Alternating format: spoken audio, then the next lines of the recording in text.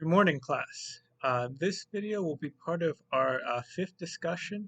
In general, it'll be on the religion of Confucianism, and in particular, it'll be on the section called Confucius and the Literati tradition.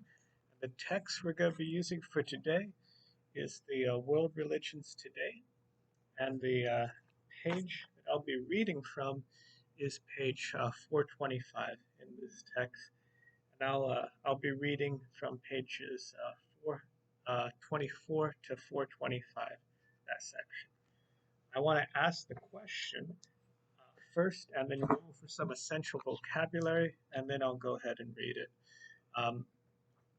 So the question I have is, how does the following quote from Confucius relate to the understandings of human nature that Mencius and Master Jun held?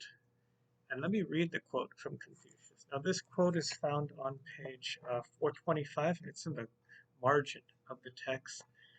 So it says, "At 15, I set my heart on learning. At 30, I firmly took my stand. At 40, I came to be free from doubts. At 50, I understood the decree of heaven. At 60, my ear was attuned. At 70, I followed my heart's desire without overstepping the line." So it's that quote. How does that quote relate to both Mencius's and Master Jun's understanding of human nature?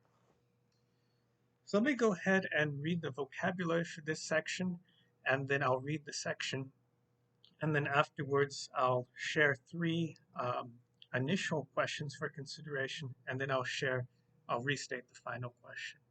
So vocabulary, Master Kong or Confucius, Ren, Li, Junsa, Confucianism, Ruja, Xiao, five hierarchical relationships, Analects, Master Meng or Mencius, Master Jun, and Mandate of Heaven. Let me go ahead and read the passage, and you can either follow along or just listen. Begins on 424, and then we'll also read 425. Although one of the most influential figures in world history, Master Kong or Confucius, 551 to 479 BCE, failed to realize his own goal of securing an influential position as a state minister.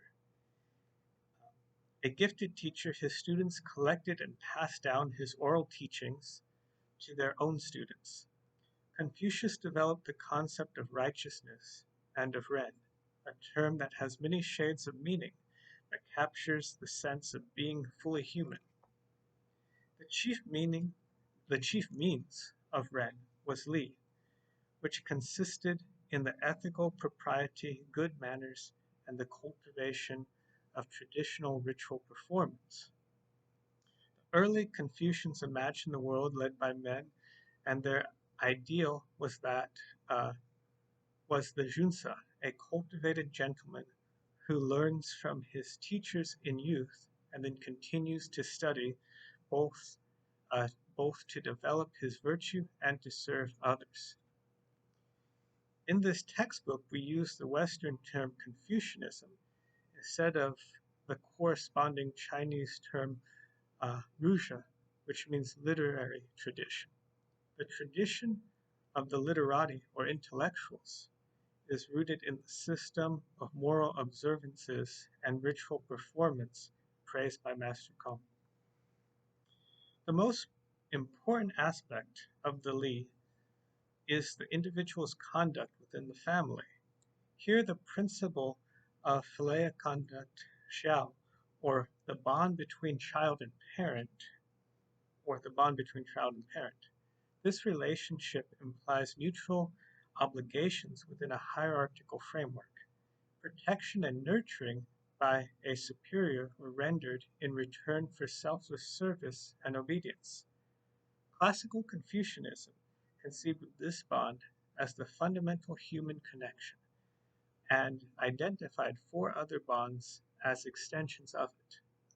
The entire set comprised the five hierarchical relationships, which were to lead society toward harmony and human flourishing. If Xiao began with serving one's parents, it was to continue with serving one's ruler, thus bringing to maturity one's own character. Mencius, a disciple of Confucius, described the five hierarchical relationships as follows. And there's a chart right there which describes the relationship and the principles of the relationship. I won't read that, but do read that before answering the discussion. So I'm going to continue now on 425. Confucius's theory was that if those who ruled and ministered both followed and encouraged the society's adherents to maintaining these ideals, all would benefit and the state's harmony would be ensured. As set forth in the Analects, the compilation of the master's teachings, anecdotes, and sayings, Confucius became a model for subsequent generations.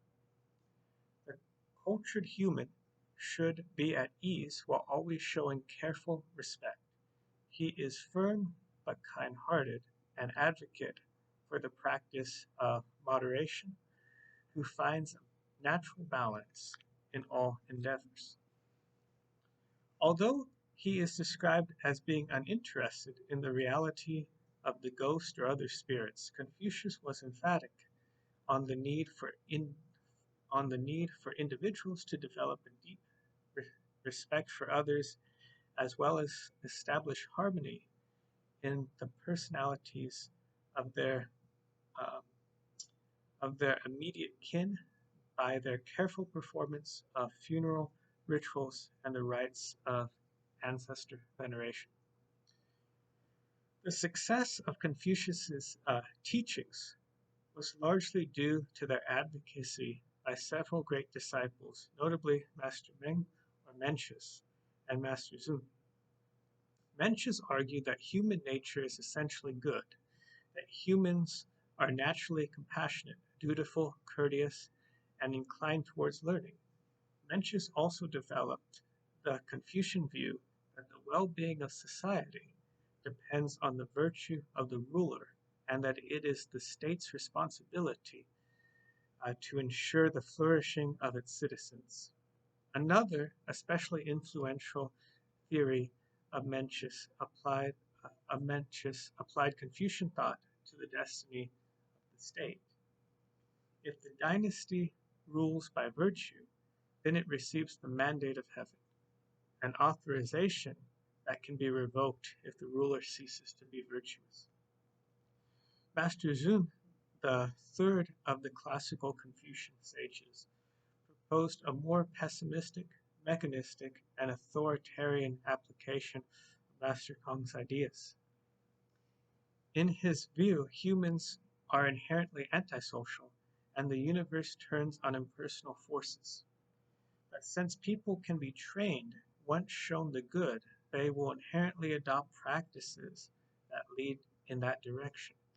Hence, Zun's turned Confucians towards the careful study of the past, its ancient sages, and the text that records the human history, and the texts that can record the human history. By the late Han, the two interrelated elements of Confucian tradition were established: inner sagehood and outer nobility. Dynasties recorded their histories, officials argued about the mandate of heaven, and scholars looked to the earliest sages to model their own lives. We must also note that the notion of Confucius as merely a human sage of this world had already given way to a popular portrayal of him as a demigod.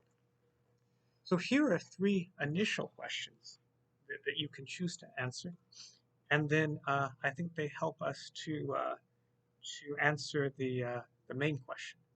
So one question: what was Master Meng's or Mencius's view of human nature? What was Master Zun's view of human nature?